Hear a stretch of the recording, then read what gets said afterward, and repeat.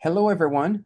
Welcome to yet another episode of WBESS, which is the Western Biology Evolution Seminar Series. Today, I have the pleasure to have not only one speaker, but a group of researchers, interdisciplinary group, I must say, based at Western, based at Waterloo and Guelph.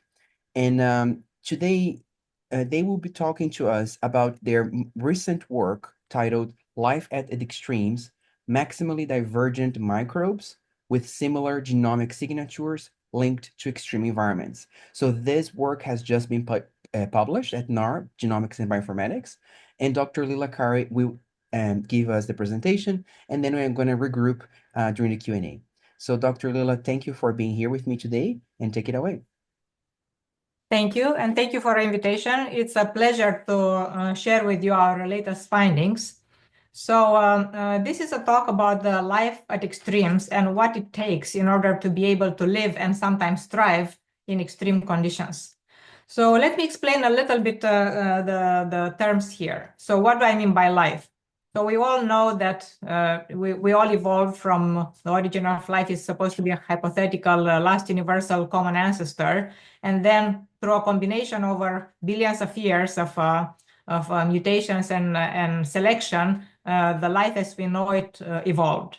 So I wanted to mention two things that are relevant for this talk. So first, this is like a schematic of the tree of life that has three main domains: bacteria and archaea that split from each other 4 billion years ago, and then eukaryotes with its own kingdoms that split off much later, at least 10 times later from archaea. So this is going to become relevant a little bit later. This is like a main division of life into three different domains. Secondly, I wanted to discuss the biological and evolutionary relatedness. So in the beginning, to figure out what is related to what, one looked at morphogeny, okay? Like, if it has wings and flies, it's a bird. But we have a penguin. It doesn't fit into that. So then you have to look a little bit deeper into other aspects. So nowadays, I think we seldom use morphogeny for classification, since the discovery, Mendel, and the discovery of inheritance, and then the discovery of DNA as the genetic material that is inherited.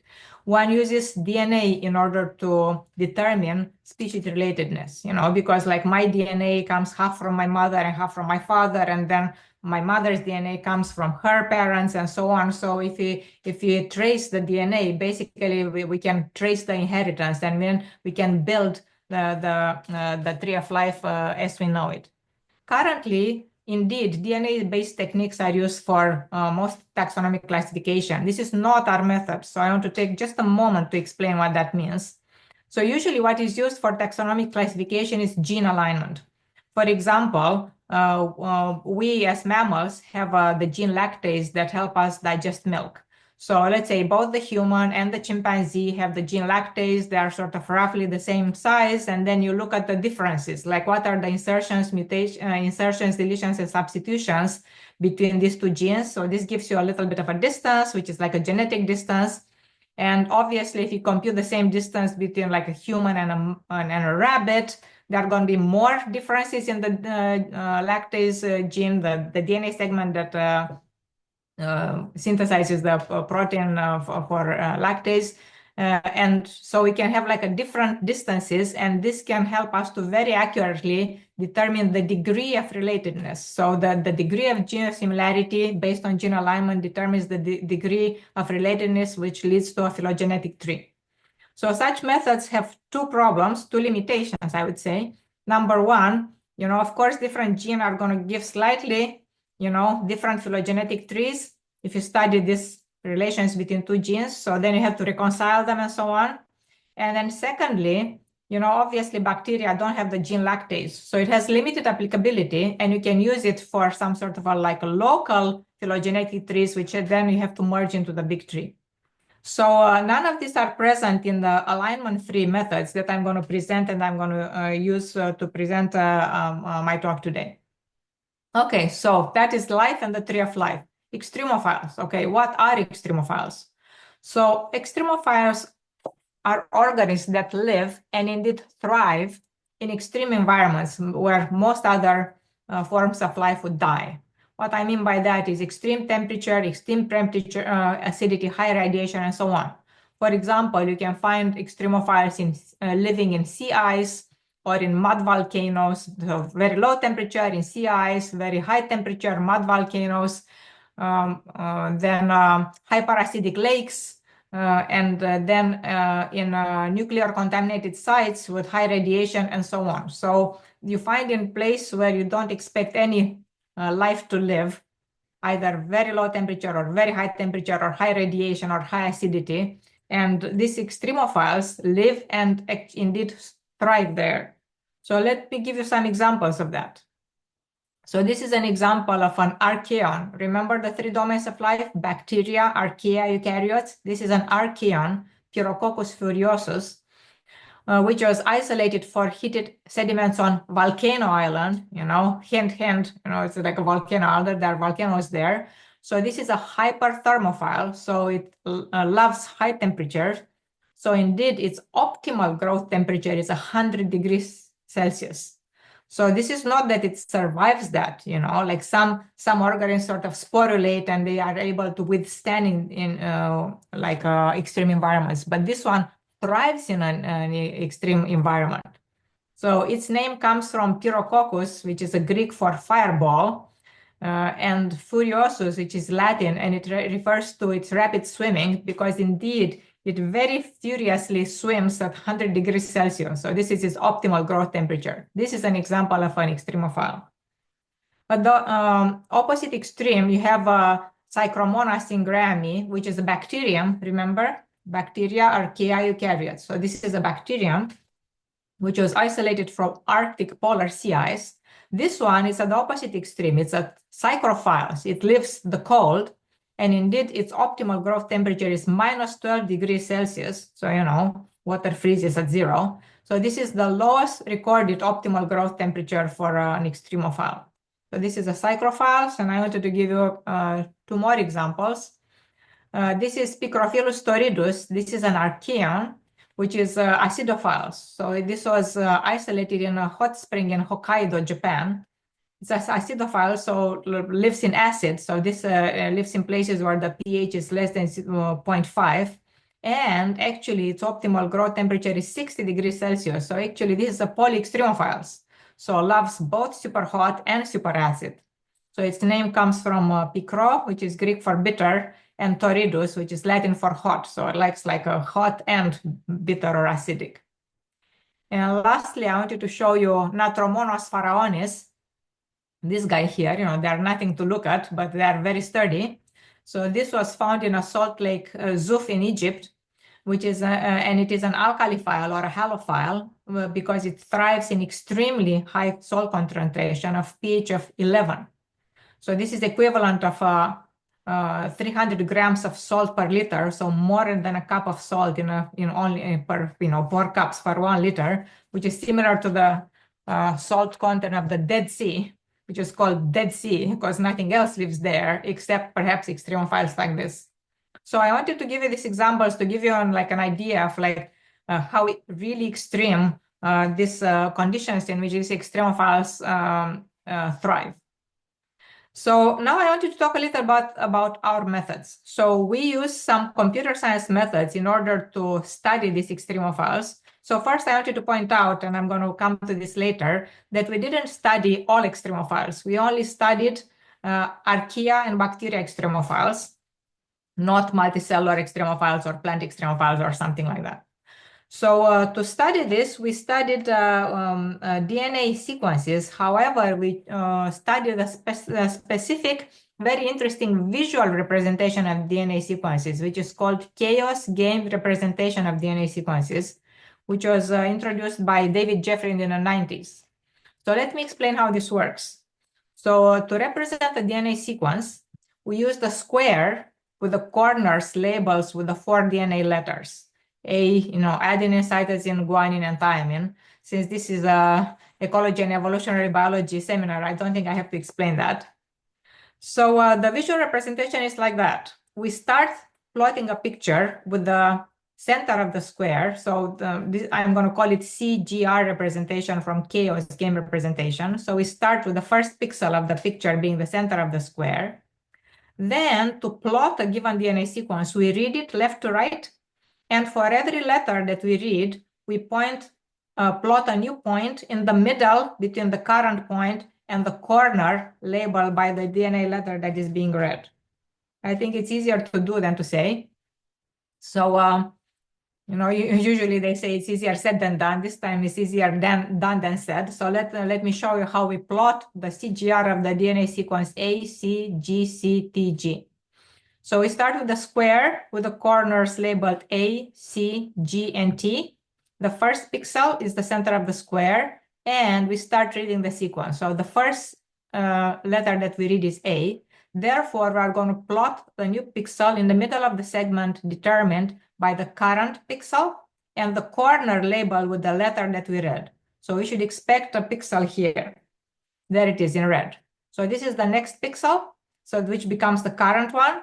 So the next letter that we read is C. So we're going to plot something in the middle of the segment determined by the current point and the corner C. There it is. The next one in G is G, so we expect a red pixel here. The next one is C, so we expect a red pixel somewhere here. The next one is T, so I'm just going to throw it in the middle of the segment. It's going to be somewhere here. The next one is G over there. So if you squint your eyes and you don't look at the blue dotted lines, the CGR representation of this sequence consists of this 6 red pixels. So what do CGRs look like? So we try to play with it. So you can try to play with it with computer-generated sequences. For example, DNA of a random DNA sequence of length 150,000 looks random, which is very good because, random should look random. And I just want to make like a very small parenthesis. If you try to play the same game on a triangle instead of a square, a random sequence doesn't look random. So actually, it's a nice coincidence that the DNA has 4 letters and the chaos game representation over a square has the property that the random sequence looks random. So just to mention, so all of these are computer-generated DNA sequences, and all of them have exactly the same length. So this is a random sequence. This is a sequence of lots of A's, so it's all A's. So you notice that here we also have 150,000 points, but they're bunched on top of each other right here. Similarly, this is a sequence that contains of the repetition of A, C, G, T. So here, points bunched on top of one another in 4 positions corresponding to the G, C, A, and T. This is the sequence that has no A's. So you see there is nothing that can fall here in this triangle, which corresponds to the corner A, and so on. And this is the sequence that avoids TC, and so on. So this is to give you an idea what CGRs of various sequences look like. And then let me show you some CGRs of real DNA, of genomic sequences. So this is the CGR of a segment from the nuclear genome of Homo sapiens. So as you see it here, you have like a fewer C's and G's here. And this is the CGR of an archaea of Archaeoglobus fulgidus. So I wanted to give you some example of CGRs of genomic DNA from organisms in the 6 kingdoms of life. So this is from kingdom Animalia, I think it's human. This is the fungus, CGR of a DNA sequence from a plant. All of these are CGRs of sequences of 150,000 base pairs. So human, fungus, plant, protist, bacterium, and archaea. So you notice that here, the CGR patterns of sequences from different kingdoms have different patterns from each other. And now let's see what do CGRs of sequences from the same genome look like. So these are the CGRs of all human chromosomes, chromosome 1, 2, down to chromosome X and Y.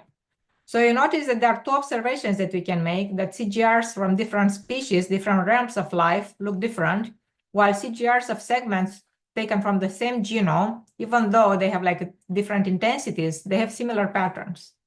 So this led to the following idea that CGR could perhaps function as genomic signature, because one notices that real-life genomic CGRs are species-specific in the sense that the patterns that we visualize are similar for DNA sequences from the same genome. and they are different for DNA sequences from different species. Moreover, we notice that along the same genome, the patterns are preserved regardless of the length of the sequence and regardless of the location of the DNA sequence in the genome. So this qualifies CGR as a genomic signature, and this is what we are going to use for our study of extremophiles. Please notice, I'm just going to take like a moment here to point out, please notice how different this method is from gene alignment. So here we can take a random segment of whatever length, not 10, right? But, anywhere from 2,000 to a million, and the pattern is going to hold. And it doesn't matter where we take that segment, that is still going to be a representative of that genome, and we can use it for DNA classification. And indeed, we can use this method for taxonomic classification like that. So we take N organisms. For each of them, we pick a random, very short DNA sequence, short compared to, relatively speaking, compared to the total length of the genome, 10%, 1%, 0.5%. We plot its CGR, its chaos game representation, and then once we plot it, it becomes a matrix. There are like literally thousands of distances like there that we can use to compare matrices. So we can use, for example, even an image distance to compute the distance between two images. And we obtain a pairwise distance matrix. And we can use that pairwise distance matrix in order to figure out, this can be a proxy for genetic distance. So this is a multidimensional scaling that has the property that based on this distance matrix, it produced a plot where each dot corresponds to an item and the distances correspond to the pairwise distances here in the matrix. So this is, I think I have a better picture which is three-dimensional. It's we have what is called a ModMap, which is an interactive web tool that this is a plot of 4,000 vertebrate mitochondrial DNA genomes. So all sequences have a length of approximately 16,000. And the blue ones are the fish, the aqua are the reptiles, the green are the amphibians, the yellow are the birds, and the red are the mammals. And you can also play with it. I'm going to try to show you here. Here, you can sort of play with it, and you can, zoom in and zoom out.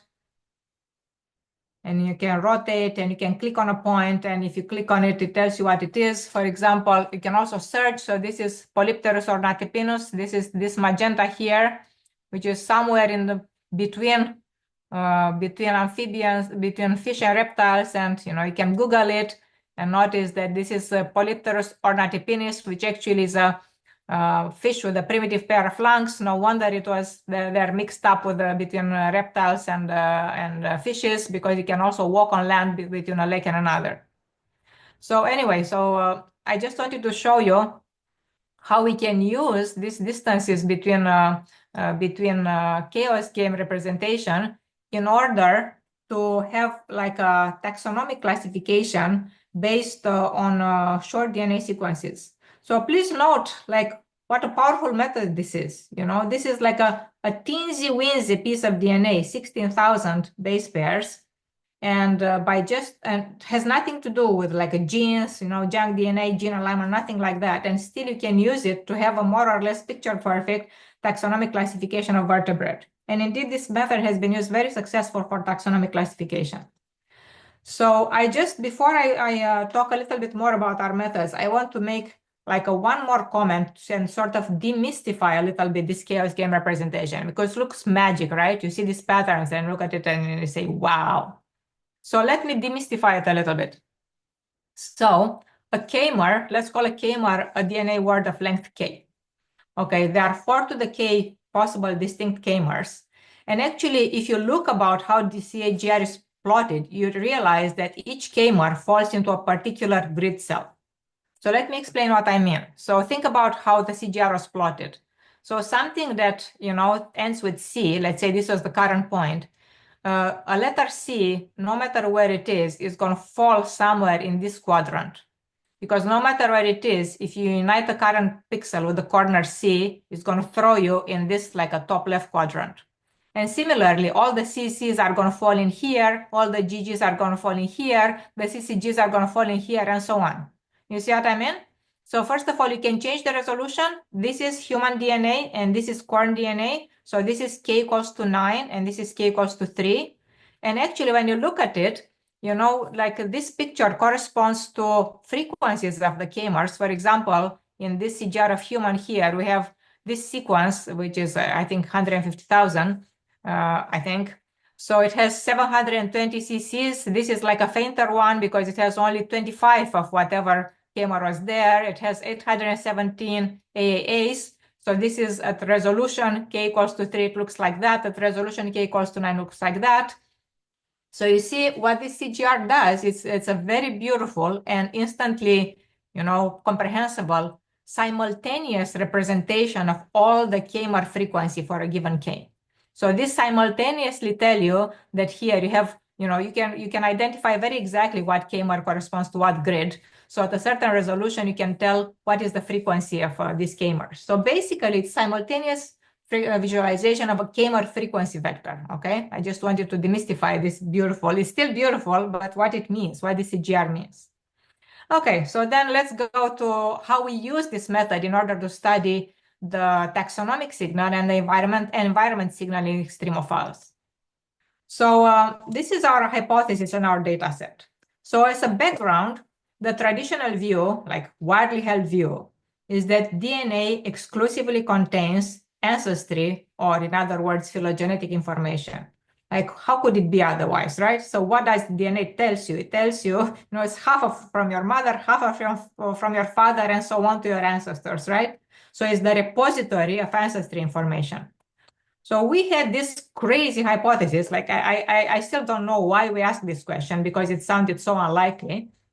We had this crazy hypothesis that maybe if the environment is so extreme, and maybe some organisms live in similar extreme environments for billions of years, maybe it is possible that even evolutionary distance microbes could have some sort of similar DNA patterns. So we set out to test the hypothesis with the expectation that the answer is going to be no, okay? Like all the taxonomic classifications are based on DNA. They're all very accurate. Like, why would this be? So we expected this to be no. But anyway, this is our data set. We have about 700 microbial extremophile genomes. So microbial extremophile means that we have two kinds, bacteria and archaea. And our extremophiles were, we have a temperature data sets with, you know, hyperthermophiles and psychrophiles all the way from very high to very low. And then the pH data set with extremophiles that live either in very acidic conditions or very alkaline conditions. So this is our data set, and we started to test this data set. Okay, so now we were not completely satisfied, even though previously the way CGR was used is by taking a segment, a randomly selected short segment of the genome, and use it as genome proxy. We are not completely satisfied because we thought that maybe there is some bias depending on where in the genome we picked up. So instead of taking randomly one segment from the DNA, well, we chose as a genome proxy, we selected a genome proxy by concatenating several, in our case 10, randomly selected DNA fragments. So we picked 10 fragments randomly selected from the entire genome, and we did multiple studies, but in the end, the optimal genome proxy that was chosen for a DNA representative was 100,000 base pairs long. You see, it's very short compared to the genome length. It's basically like 3% of the average genome length. And the resolution, the optimal resolution was K equal to 6. So for each genome, we took 10 different segments randomly selected from the genome, each of them was like 10,000, and we stitched them together and we computed the frequency profile or the CGR from that. So this is how we selected the genome proxies in our data set. And then we used supervised machine learning to classify those data sets. So I'm just going to take like 2 sentences to explain supervised machine learning. So supervised machine learning has 2 steps. It's called supervised because it has a training step. So you have your supervised machine learning algorithm and you train it. So how do you train it? You give it a training set of pairs, and each pair has a DNA sequence in whatever representation, and the label. For example, if you aim to do a taxonomic classification, you're going to give it sequence 1 is a bacterium. Okay. Sequence 2 is an archaeum. Okay. Sequence 3 is a bacterium. Okay. So you give it several hundreds of these training data sets, and then you give it a new DNA sequence without a label. And you ask it, based on what you learn, what kind is it? Is it a bacterium or archaeum? So this is how supervised machine learning works. And these are sort of the results that we obtained. So we did 2 experiments. Let me focus on the taxonomic label first. So we trained the data with by taxonomy, with taxonomic label. So you see, we tried, you know, the genome proxy length from 10,000 to 1,000,000. We actually classified both by taxonomy and temperature. But if you look at taxonomic labels, if you trained it with taxonomic label, all the accuracies for predicting the label of a test sequence were very high, you know, 98% even for 10,000, right? 99, 99, 99, 99. So it was very accurate. So as expected, the supervised learning classification detect a taxonomic signal very reliably and very accurately. But then we thought, how about we do it differently? How about we take the very same data set of extremophiles sequences with the representations, and we erase all the labels. So we erase all the information about bacteria archaea, bacteria archaea, bacteria archaea, and instead, for every sequence, we put it the environment label, very hot. This one lives in a very cold. This one, you know, hyperthermophile, mesophile, psychrophile. So instead of giving the training pairs of sequence and taxonomic label, like species name, for example, we gave it as a training the sequence and the extreme environment type that it lived in. And unexpectedly, you know, let's look at it at our optimal one with 100,000. Unexpectedly, you know, the taxonomic classification had very high accuracy expectedly, but unexpectedly, the temperature-based classification or the labels were on temperature also had, you know, relatively high accuracy. So you see, significantly higher than random, okay? That's what I'm saying. So this means that unexpectedly, if you train the supervised machine learning classification with the temperature labels, and you give it a new sequence with relatively high accuracy, it can tell you, does it live in a, you know, in a volcano or does it live in ice? So this was unexpected. So we decided to explore this further. So why we explored it further? Because, you know, first of all, the answer was so unlikely. We really expected nothing to come out of it, right? So we wanted to see maybe there is something wrong with supervised machine learning classification. Maybe it's overfitting, maybe this, maybe that. You know, there are limitations to supervised machine learning. And for example, it depends on how it's trained. For example, if it's trained only on triangles and you give it a blue square, it's going to erroneously classify it as a triangle because it's never seen a blue square before. You see what I mean? So if it sees something with a label that it's never seen before, it's going to predictably give you the wrong answer. You're going to think it's right. So the paucity of the data set made supervised machine learning, you know, a problem, not to mention it's not accurate, right? So did it really detect the temperature signal or not? So we used instead, our next step was to use unsupervised clustering, unsupervised machine learning to see what we get. What do I mean by unsupervised machine learning? This means that this time we take the very same data set, for example, you know, temperature extremophiles, and we give it nothing whatsoever. We just throw all the sequences at the algorithm and you say, I know nothing about these sequences at all. Can you tell me which are similar to each other from the point of view of DNA? So we did that, and the majority of clusters that we obtained when we analyzed them, the majority were indeed along taxonomic lines. You know, bacteria of the same genus belong to the same cluster, archaea of the same family belong to the same cluster, and so on. However, there were some clusters that were deemed by our algorithm, unsupervised clustering algorithm, they were deemed to be similar, even though they contain both bacteria and archaea, which, let me remind you, they are as far apart in life as possible. They are on the 2 different, you know, banks of the ocean of life, okay? So then we started to wonder, like, what are these? So what's with them? Again, because we continue not to believe that this is possible, we applied very stringent additional tests in order to figure out whether this is really a finding or is a result of the error rate that any machine learning algorithm has. So like, is this real or is it just part of the error of the unsupervised clustering? For example, we computed the real distance, if we compute the distance between the CGR, is the distance really small or is it a mistake? So these are our, and then we also looked at why this is happening.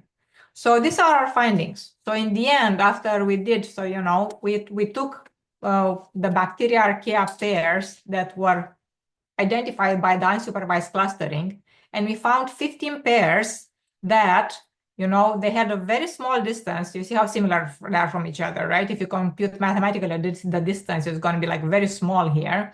So this is one of them, even though they are from maximally different taxa. And then, we did all kind of additional analysis. The three-mer frequency profile are similar. The frequency correlation are similar. Statistically, they are similar. So they are really, it was not a fluke. From the DNA point of view, they really had similar DNA patterns. So then, since we convinced ourselves that this is not, not a fluke, it's a real finding, then the next question was, why are the DNA signatures similar, right? Why?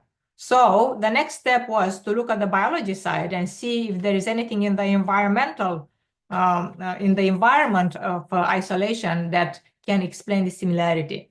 And lo and behold, that was the case.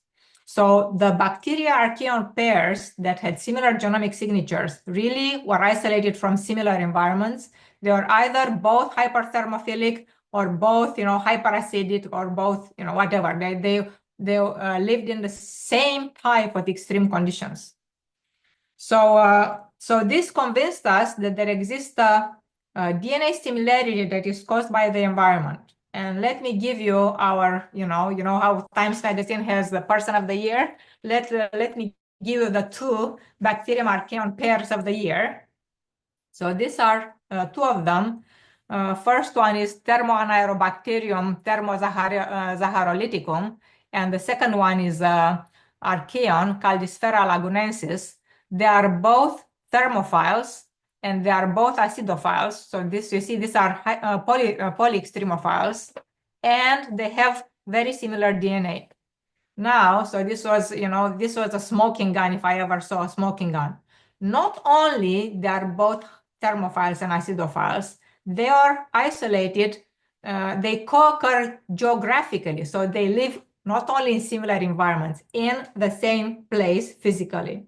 So they are both isolated in the Washburn Hot Springs in Yellowstone Provincial Park. Okay, so this cannot be a coincidence anymore. Okay, so they really, on top of everything, they live in exactly the same place. So clearly the similarity is related to environmental condition.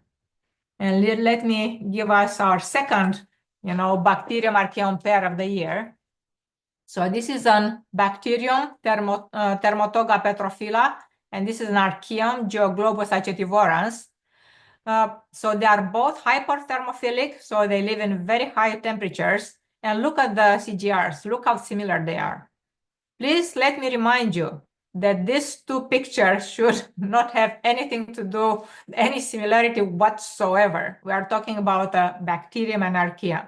And still, they are almost identical because they live in similar environments. So also for this pair, we found the geographical co-occurrence. So in this case, we don't have a smoking gun. We have two smoking guns, okay? So they are found in the same place. They are isolated in a Brothers submarine volcano in New Zealand, and also in the very same place geographically in the Juan de Fuca mid-ocean ridge near Vancouver Island. So this is, it's really true, okay? It's not like, as they say, we didn't get drunk with the hot water or with cold water, right? These are really similar, and really similar because for 4 billion years, they're subject to the same extreme environmental pressure, which in this case is a high temperature. So let me wax poetic a little bit about how surprising this discovery is. So these are profoundly distant species. So to put things in perspective, mammals split from fish 400 million years ago, but bacteria and archaea split from a common ancestor 4 billion years ago, okay? So this is million with an M, this is billion with a B.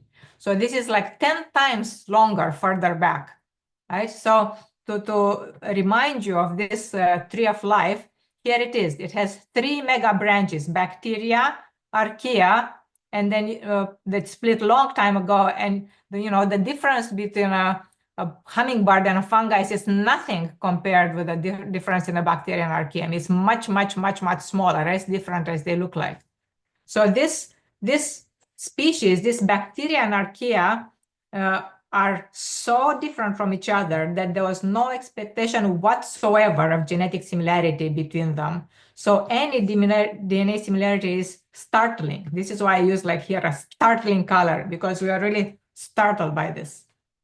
Moreover, the DNA pattern similarity was not small, okay? For the clustered together bacterium archaeon pairs that we found, the DNA pattern similarity, the K-word frequency profile was very strong. So this pattern similarity was at the genus level. So they were as similar to each other as a brown bear is to a polar bear. You see what I mean?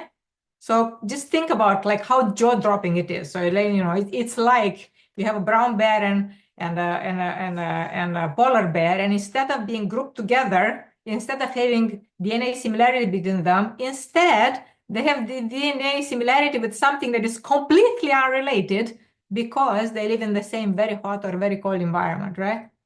So this is, to this day, every time I think about it, I find it like beyond amazing. And I think it can only be explained because, first of all, the environments are extreme. We are not talking like, 3 degrees variation, right? It's really extreme environment. And this, the extremophiles that have DNA similarity have been subjected to it for 4 billion years. So what are our conclusions? So let's backtrack and see the big picture here. So DNA was traditionally thought by everybody, and this is why all the taxonomic classification methods work very well. So DNA was thought to be sort of a family portrait in the sense that it contained information exclusively related to ancestry and phylogeny, okay? But our findings show that, surprisingly, so I wanted to put again a very startling color here, extremophile DNA, so the genomes of extremophiles, also carries environment type patterns. And also sometimes the environment related patterns are so strong that they drown the taxonomic signal. They overwrite the family resemblance, so to speak. So sometimes the DNA similarity that is imposed by these extreme environments are so strong that they overwrite the taxonomic signal. I also want to mention, because biologists are so used to talk about similarity and phylogeny and think of genes. So these environment type DNA patterns are not only about genes. They are like a watermark in the sense that they are detectable all across the entire genome. They don't affect this gene here or this gene here that makes a protein that makes antifreeze, and this is why you have a convergent evolution. No, this influence is like everywhere. You see these fingerprints like watermark. The fingerprints of the environment are everywhere. So this is a very profound similarity, much bigger than let's say like the skin deep similarity between a dolphin and a shark, okay? That, they look similar because they adapted to water, but their DNA is still profoundly different. Here, for these extremophiles there, we found the DNA itself, it's fundamentally, deeply, and pervasively changed across the genome. So the similarity between this bacteria and archaea pairs are that deep. So I want to conclude by mentioning that this was a collaboration between Waterloo and Western. So here on the call, we have Monireh Safari, my PhD student from University of Waterloo, computer science. We have also Joey Butler from Western, Kathleen student is in biology. Gurjit Randhawa, he's not here. He's a computer scientist, currently at University of Guelph, but previously my PhD student at Western. Professor Hill on the call is a biologist at the University of Western Ontario. And this is myself. And this is, I wanted to thank you for your attention and to show you the cartoon that I could come up with to explain how startling our discovery is. Thank you. Thank you very much, Lila. This was very, very informative. The cartoons are super cute. And I must say that your explanation as to how we start from the CGR images to the camera frequencies, that was so good because I knew there was a connection, but I couldn't picture it. So thank you. Thank you very much. So we do have here three questions that we would like to tackle as a group. And I think each and every question tries to cover a different aspect of the work. I'll start with the first question here, which I guess it's more on evolution, genome evolution based. So Kamer genomic signatures can reflect mutation biases, right? So shifting GC content, for instance, or adaptation. So how does your methods distinguish between mutation-driven compositional convergence from selection-driven adaptation to extreme environments? Matthias, that's a fantastic question. I really like that you brought together the two processes that are very important and that Kamers are capturing, both in mutagenesis and in selection. But there's something really important. It's not so much about distinguishing them as capturing both of them. So the methodology is using primary DNA sequence as the input, and that's it. It's a current state of analysis of that genome sequence. So the method, by being agnostic to mutagenesis and to selection, it's not biasing for one or the other, but as you've identified, it's actually capturing both. And that's the importance, not so much distinguishing and interpreting a history, but really capturing both of these. So it's not about making the inferences. And I think what Joey will do is he'll tell you how it adds on to that information with a more of an answer. Yeah, so in the literature, there's lots of sort of documentation about codon usage bias, kind of driven by that selection in these extreme environments that helps stabilize those proteins and make sure that the cell can function. And so with our Kamer-based method, we can actually compare those Kamers to those codons in terms of the sort of size of three for the Kamer, so a trinucleotide Kamer, and found lots of matches with the literature in terms of each of the different categories that we studied. So it kind of extends our knowledge of sort of the genetic adaptation to a whole genome-wide adaptation because of our sort of selection of those Kamers and fragments from the genome. Wonderful. Thank you, Joey. Thank you, Kathleen. So the second question here I have is, given the reliance on machine learning for signature identification, what improvements or alternative computational frameworks do you think will most benefit evolutionary genomic studies of extremophiles? Yeah, so I think because this is a more like a computer science question, I'm gonna answer it. So this is a very good question, and I would say it depends on the volume and the quality of the data that we have. Especially for our study, it's very important to have a good, well-structured metadata because we need to know the environment, the optimal temperature or the optimal pH. So if we have sufficient data, then we can switch deep learning models which they are stronger in understanding the different patterns in the sequences. But like considering the current amount of data that we have, I think our method is scalable because the machine learning methods that we are using, SVM, is mainly the one that we are using. It's scalable to different taxonomy or even different environment. I don't know if Joey wants to add something for the environment, different Yeah, environments, external files. yeah, for sure. So we've done some sort of pilot studies and preliminary investigations on different environments, primarily radiation.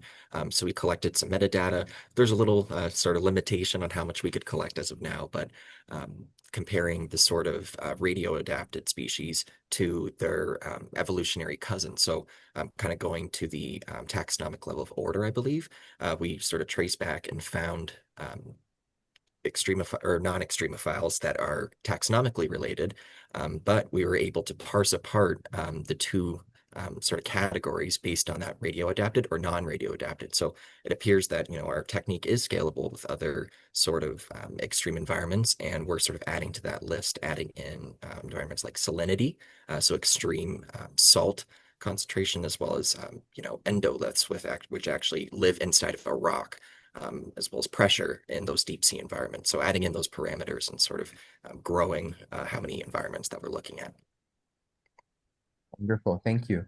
And last but not least, why are we confident that the environmental signal affects the whole genome? Which I think it is the underlying, Lila has, brought in this message in several slides. But again, just to bring that message home, why are we confident that the environmental signal affects the whole genome? Yeah, so this is a very good question too. So it based on the method that we are using. So because we are randomly sampling short fragments across the entire genome. So our selection method is not biased toward any part of the genome. And when we are doing the environmental classification, we can see that that environmental component is detected throughout the entire genome. So this is kind of showing that this signature is not only about physical traits coded in genes, but it's in the entire genome and it's present throughout the entire genome, like a watermark, actually. Thank you, Monireh. Yeah, I really like this, the concept of watermark. I think it makes a lot of sense. Yeah. When I first read about it, I was like, what do they mean? But then, with Lila's talk and your answer makes a lot of sense. It is, in fact, a watermark. Yeah, Well, I think it's the best way Uh, to kind of describe yeah, the environmental signature. Great. Can I have a question, of Mateos? course, of course. Yeah, go Okay, ahead. so I have a question for you. Oh, So, sure. but you have to answer honestly. Okay. Okay, so do you find this surprising? This finding surprising? Well, I agree with your rationale. I think I liked the surprising aspect to me is that it's genome wide, right? And particularly, as you said, it is coming from groups that are very, different from each other. So I found, and I really liked as well. So it is surprising, I agree. And I liked the fact that the technique itself can be used at different levels, right? So at taxonomy, but also at the um, environmental induced, so to speak, signatures. So yeah, I like how pervasive it is and how powerful it is. I agree. And it also begs the question, what other things are hidden in DNA that we don't know Yes, about, exactly. right? Exactly. Yes, which level of resolution they are, right? That watermark, uh, Yeah. and how pervasive it is. And yes, it does make one ponder about it. I agree.